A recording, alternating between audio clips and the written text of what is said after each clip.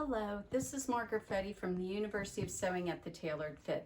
We're in Bloomington, Indiana, and we are joining you again for the virtual Hamilton County Sewing and Quilting seminar that you annually get to do. Unfortunately, this year we've decided that it has to be virtual, but I don't think anybody's real surprised at that with the current set of circumstances. This will keep you definitely socially distant.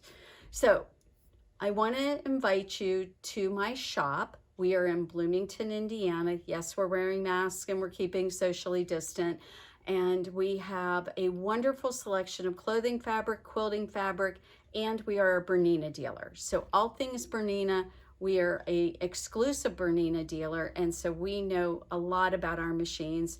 And we have a wonderful selection of all the Bernette and Bernina sergers and overlockers. So for those of you who think that you would be interested in something like that, we'd love to put you in the right one for you. Right here today, we're going to be doing some demonstrations on both we have a 460 Bernina overlocker serger, and we also have over on this side, we've got a Bernina 850 air threading overlocker serger. So this is the newest of the Bernina family of overlockers, and we're going to show you how it works today, because we're going to talk a little bit about knits. And one of the reasons we're going to focus on knits today is because we have a huge assortment of knits. We carry stuff knits, and then we carry some other specialty knits, and those knit fabrics can make up into some absolutely wonderful and lovely projects. Now, I know some of you, when I was there last year, we talked a little bit about sergers, and when I asked you how many of you have them sitting in a closet somewhere and you haven't gotten them out, I had a number of raised hands. I imagine that's probably still true. What I want to show you about these two sergers that we have here today, they are both really very easy to thread. And so I'm going to show you a little bit about them in that regard.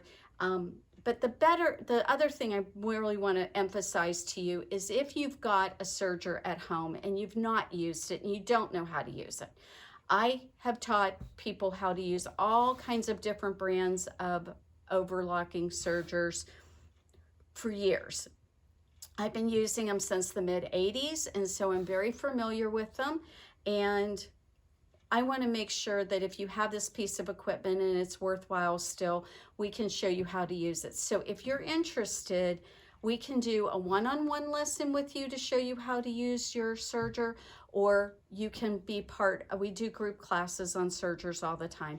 So what you would want to do if you're interested in either of those things is you would want to get online and email me at info@universityofsewing.com. And by the way, our website for finding staff knits and other knits is universityofsewing.com, and go to our shop, and in there you will find lots and lots of different things for pretty much every sewing need you have. And if you ever have any questions and you're just not sure if you're ordering the right thing, if it's right for what you want to do, all you have to do is either email us or, better yet, call us. We don't mind phone calls, and we will happily answer that for you.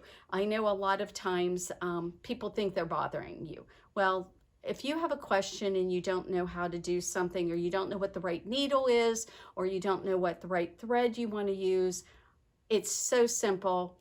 All you have to do is give us a call during our open hours. Of course, we can't answer when we're not here. So 812-323-2665. And I'll make sure that the people who are putting this virtual event together have that information. And also there's going to be a special coupon that you can use for your knits. So anything to do with knits, we're going to make a coupon up for the folks who are there so that you can go on our online store. Our shipping's really reasonable, but you're not that far away. And if you were down here for something in Bloomington, a football game, maybe you're here to see somebody who's at college and visiting with them, we are here Monday through Friday from 10 until 6, and Saturdays we're here from 10 until 5. And you could always order online and pick it up at the store. Just call when you get here and we'll happily run it out to you. Or if you feel like it's good time that you can't get out and you want to come in and see, we're open for you. So we'd love to have you here. So today what we're going to do is I'm going to show you how you would construct a seam on a serger. I'm going to demonstrate it on both the 460 and on the 850. And then I'm going to show you how you can do a hem. And we're going to talk about the tools that we're using and how you're going to get there. And I just want you to see how simple this is. So most overlockers and sergers, they have at least 4 threads. And if yours has more, it probably does more than just serging. But let's just talk about the serging application here rather than trying to get too complicated. This particular machine has several really wonderful qualities about it. For one thing, it's got a stitch length knob right here. Now, stitch length with serging means that your stitches, just think about it like as if you were doing zigzag, whether the stitches are really close together or really far apart. So if they're really close together, you're going to get something like a rolled hem, or you're going to get the stitches where they just are right side by side. When they're far apart, then you get a normal looking serger stitch. So that's what that button does. Then there's another button. It's called a differential feed. And the differential feed, when you go to the larger numbers, it gathers things up. And when you go to the smaller numbers, it spreads it apart. So whichever one of those things, you may have to take and do a test on your sample fabric. And what I'd recommend that you do is I'd recommend that every knit that you work with, that you do a test. And sometimes where you think things need to be set up isn't the actual place they need to be set up. So it's always a really good idea to start off in this particular serger. When we set everything at the quote normal settings, there's a little dot in a 4. Now I've changed this because the fabric we're working with turned out that it works better when I have the settings a little bit looser on this needle and on this looper. So let's talk about that for just a moment. On the right hand side of my machine, it has a picture and it's showing the lower looper. And if I go ahead and open this up, that's the lower looper. And the lower looper is actually like it sounds. This one's the upper looper and this is the lower looper. And so your dials on your machine are going to go lower looper, upper looper, right needle, left needle. That's for when you only have the 4 different cones of thread and the 4 different things. And this machine only does overlocking stitches or the serger stitch. It only does that. Now, on this machine, we are very fortunate. All of our tools are on board. Everything's right here. So it comes with a packet of needles. It comes with a needle threader. It comes with a an upper looper. This is so that you can avoid the upper looper. And this is for a 2-thread type of stitching that your serger can do. It comes with a nice, very good, this is what this looks like. This is a very nice set of tweezers. And tweezers turn out to be really handy because all this stuff going on here, sometimes our fingers are too big, and so a pair of tweezers are really good. I use them to help me thread my needle. I have them help me get any little threads out of the way. This particular serger, all the tension discs, and if you look up here, there's tension discs right here. And watch what happens when I lift up the presser foot. They all open. This opened right here. I'm going to put it back down, and then I'm going to open it, and you should be able to see on the camera that they open. Now, this is a little bit unusual. A lot of brands of sergers, when you raise the presser foot, that doesn't happen. But this is really nice because it makes it where I can just pull my threads in my, if I want to change threads, for example, right now, I can just pull these threads. And see how they just pull very easily right there? And one of the things that a lot of people don't realize is that what you can do on this, if I wanted to change all the colors on this threads right now, all I would need to do is take, and I could cut this right here, and we're going to pretend I changed the colors. And so we're putting a new thread on here. I'm going to take the threads together as one, and I'm going to make a little knot, and I'm going to pull that through so it really is just a little knot. We don't want a really big knot. Now my foot's up, and that was my lower looper thread, and so I'm going to untangle because those threads tangle up and make that stitch. So I'm going to go ahead, and remember I said that these tweezers were really handy. I'm going to, these are my needle threads. I'm going to pull those through just so I have something to hold on to. And then I can watch when I pull this, and this is my lower looper. So look at that. There's my lower looper. And it's pulling it right through, and that needle, the needles, the knots won't go through the needles, but they will go through the loopers. And so we are gonna go and fix, I just saw that I had a thread come out of a little area right there. We're gonna put that back. And threading this machine is probably one of the easiest threading machines on the market that I've ever seen. The only thing that makes it somewhat easier is if you have an air threader. And I will show you our air threader here in just a moment. So right now, oh, look at that. We have something peculiar happening right here. And that's the big thing that you want to look for when you're doing any kind of thing with your serger. Probably the very most important place is to look and make sure that you've gone through all of these. And I'm not sure how that happened, but we have a thread that's in a really peculiar place, so I am going to fix that. So that is not supposed to be under this. We're going to pull that back. There we go. I'm not sure how it got where it was at, but we're going to fix that. So there we go. We've got everything where we want.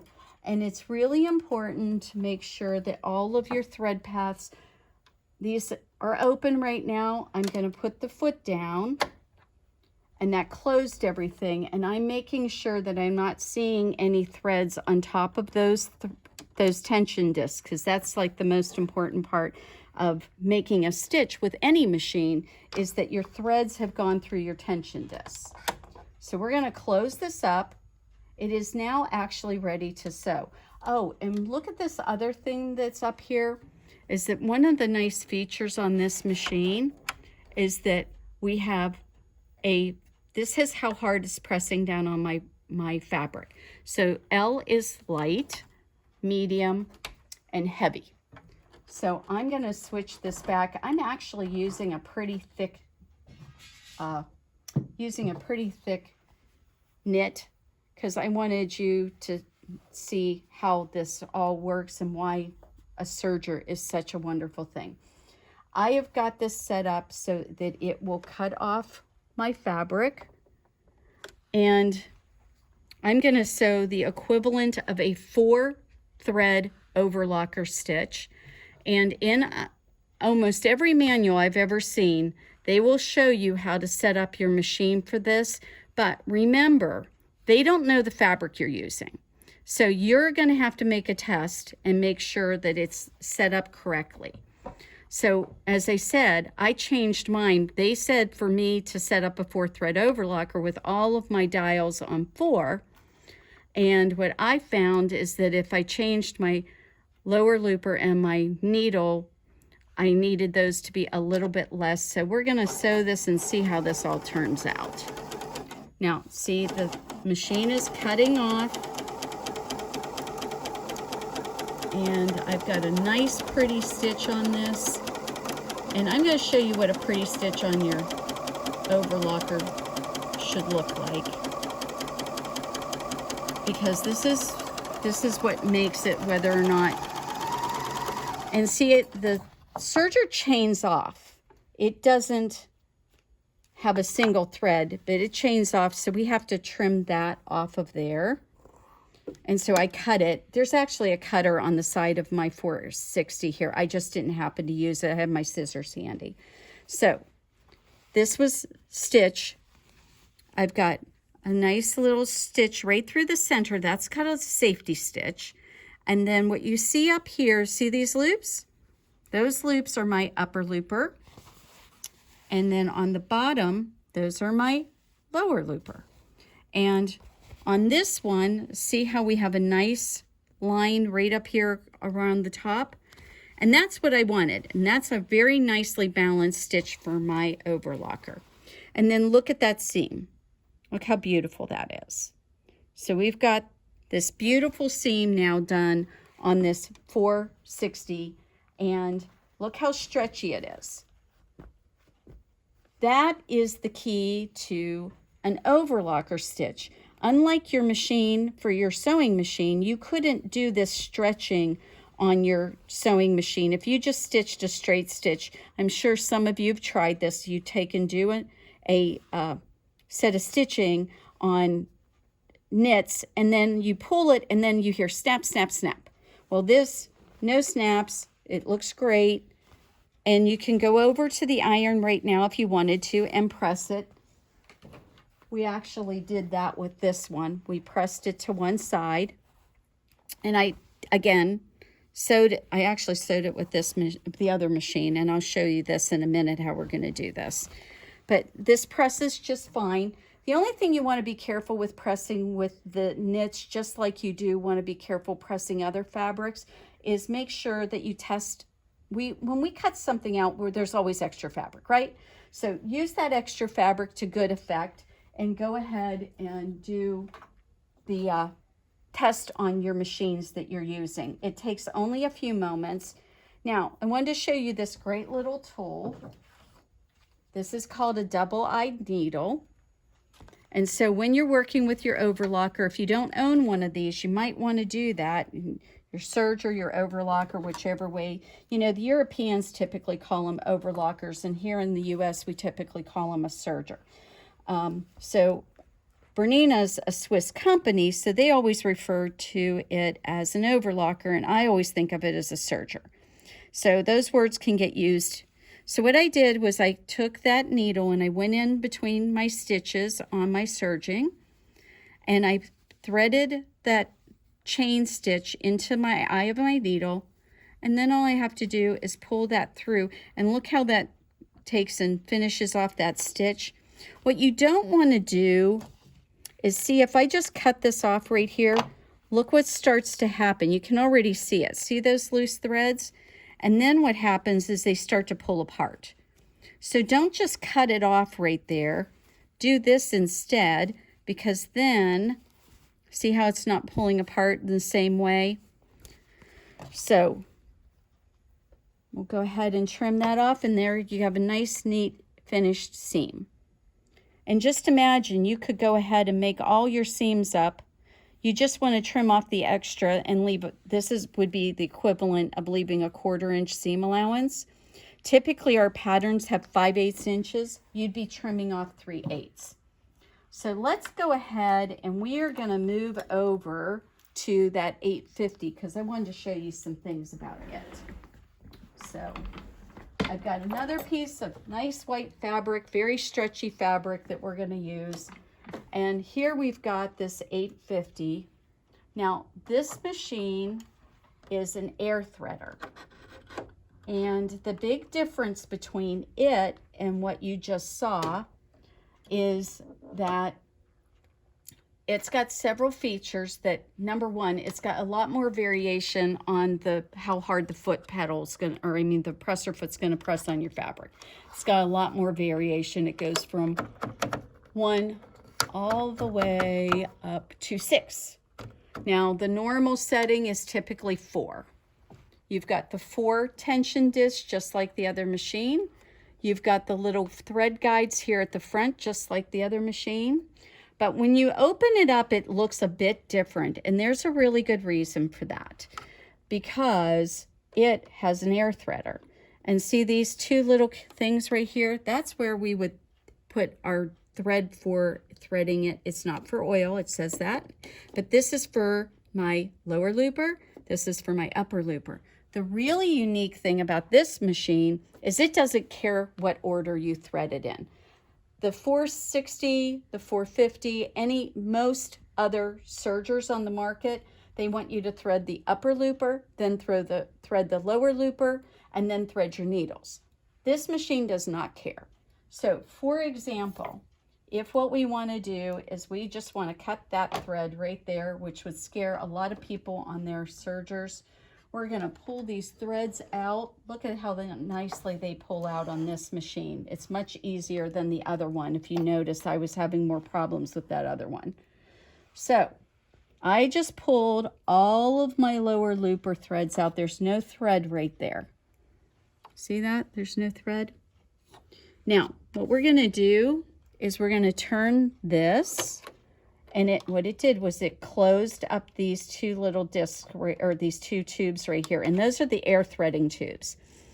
We're going to pull some thread out here because it has to have enough thread to pull through, or else it's not going to do it right. And then I have I'm pressing on my foot pedal, and check that out. Look at that. That's all the thread it just pulled through. And so if I decide I want to change thread, I run out of it, or I try to change color, changing the thread on this machine couldn't be easier. And I will tell you, I'm super excited about it because it is a lot less of a problem than any other overlocker serger I've ever used. Now, we're going to turn off the air threading. We're going to close this up. This machine will go up to 1,300 stitches per minute. Pretty fast. So right now, there's my knife blade, and I'm going to cut some fabric off, and I've got it set up for a 4-thread overlocker. O for overlocking, and this 0 is this little dial right here. That's so you can refine the stitch. So if it's looping off the fabric a little bit, you can use this to help control that.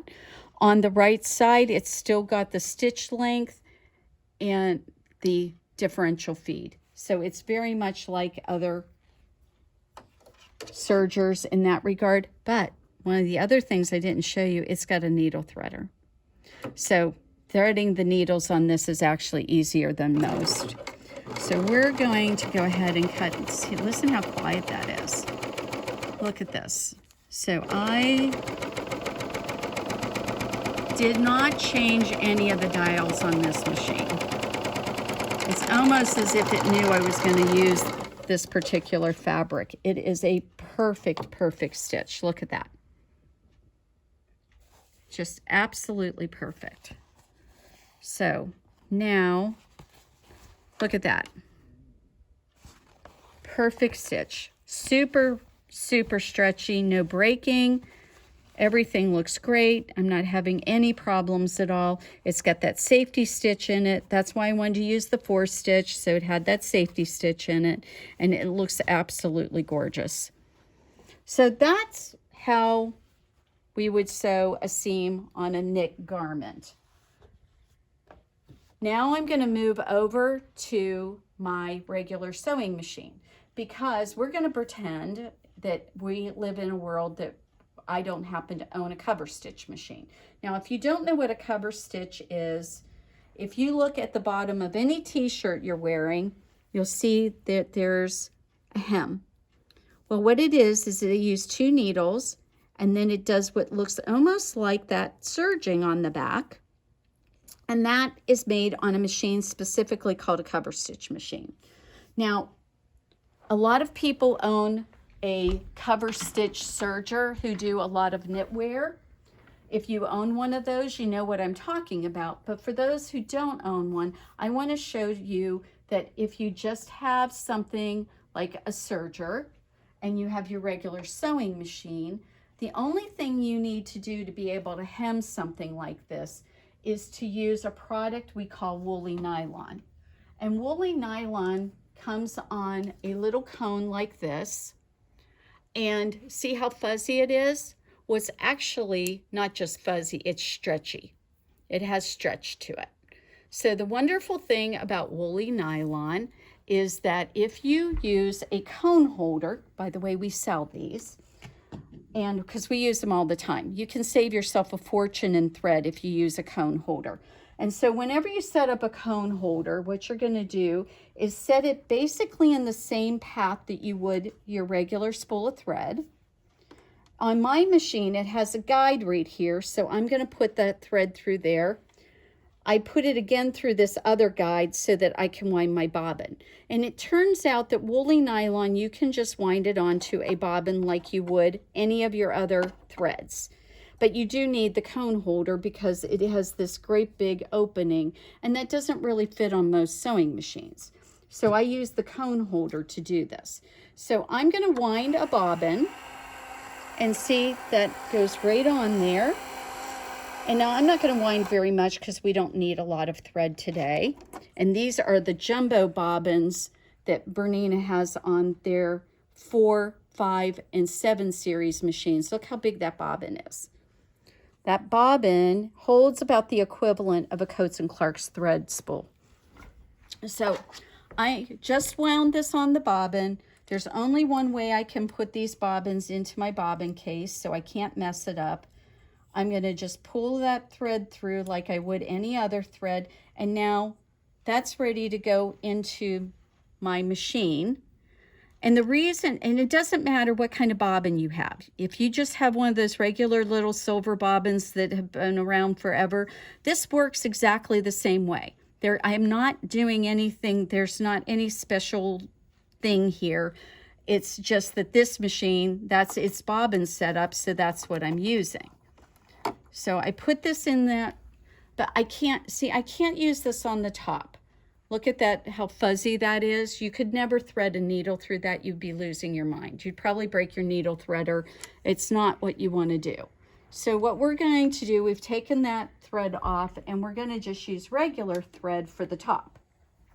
So what you're going to do for your regular home sewing machine, so you can hem a knit, and we all have sleeves that are too long, hems that are too long. This will help anyone. So you don't have to take it to someone else to do it. So use your regular thread up in the top. Go ahead and thread your machine normally. Use the woolly nylon in your bobbin. And well,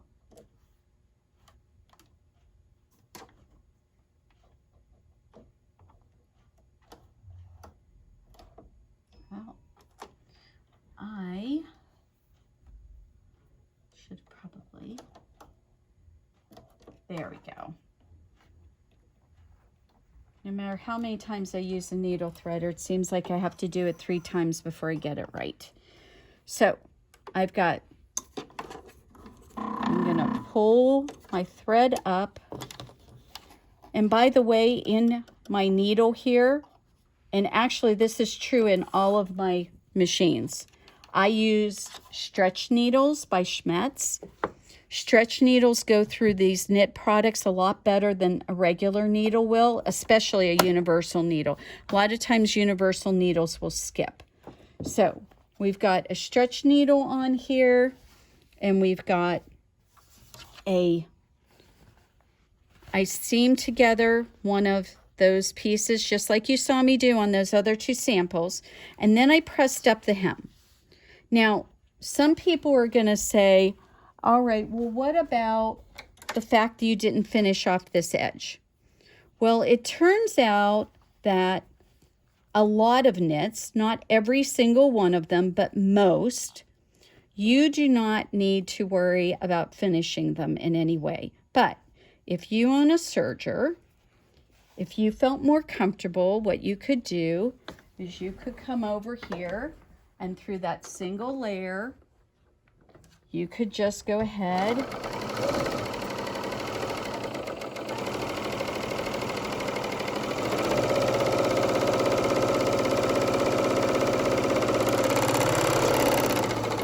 And in no time at all, I've finished that edge. But I will tell you, a lot of them, you don't even need to worry about that because they don't unravel. So it's not any big deal. We've got our machine set on a straight stitch. We've got woolly nylon in the bottom, and we're going to increase our stitch length. So I went to a 3.0 because this is a pretty thick knit, and I want the stitching. If you did not know this, your stitch length should always be increased the thicker your fabric. So we're going to go ahead and put this right on here. I'm going to hold my threads when I start. I don't care what sewing machine you have. Holding your top thread is a really important thing to do. And all we have to do. Now, I'm getting a little bubble. And so if I get a bubble, all I have to do is release my foot for a second and put it back down. I'm going to stop my needle in the fabric so that if it happens again, which it probably will. One of the things you could use right now, which would probably make this work a little bit better, is a walking foot. And see, it's wanting to push all that. So, why are you? That's why. Okay. All right. But if you get those little bubbles, just lift up the presser foot and release the pressure. Usually it'll just go, it'll ease into it without any problem. And it feels like it's doing it a little bit again right there, so I lift it up again. And there I am at the end. I'm going to cut those threads off. And look, I can pull this and stretch. And what we've got is on the back here is the woolly nylon, and on the front, but look at that, how it stretches. You're not seeing any snap stitches. Now, I'm going to just be really brutally honest here. This is not going to work for a pair of leggings that are super tight. It's not going to work for a bodysuit or swimwear. You would need to use a stretch stitch for those. But for most of our t-shirts and most of our sweatshirts, if all you needed was a hem, this will work perfectly. And see, that bigger stitch makes it look very nice. See, when it got to this little bit thicker part, it wanted to make them a little bit smaller. And so the idea is to keep this nice even. But imagine if this were in white thread, would you even be able to see it? My guess is not. But the idea here is that this woolly nylon is stretchy, and so you can use your sewing machine to sew knits. Now, I have, and I did for a long time before I got a serger, what I would use is my stretch stitches, and I would not worry about sewing my seams because I would use woolly nylon on the bobbin, and then I would use a stitch similar to this stitch right here. The stitch number 11 on my Bernina is called the lightning stitch. And what it is a tiny zigzag, and it is super stretchy. So that's a really good choice if you are doing a seam and you use woolly nylon and you use that stitch. You're going to end up with it working pretty well. We teach classes on knits. I love working with them. They're really simple. If you have the benefit of using a serger too, it really does help. This is what I wanted to show you guys today. I wanted you to see how simple it was. It didn't take me a lot of effort. It wasn't really difficult, and it worked really well for even a very stretchy knit. This is kind of a ponte knit, and it really did. These turned out gorgeous. And I mean, I've got red thread on white, and you open it up and you can't see it. So that's pretty good, huh? Our website is universityofsewing.com, and I am here to answer questions about sewing clothing. We do quilting too in our shop, and we have a resident quilt expert here. We also do long arm quilting. We sell long arm quilting machines, and we have someone who can help you with that too if that's something you're interested in. I would love to help you have much more fun with your sewing. If there's something we can do for you, this is Margaret Fette, You can reach us at info@universityofsewing.com. You can use our website. There's a contact us on our website, universityofsewing.com, and you can always call us. Our phone number is 812-323-2665, and I hope we'll see some of you here very soon. You have a wonderful day, and thank you.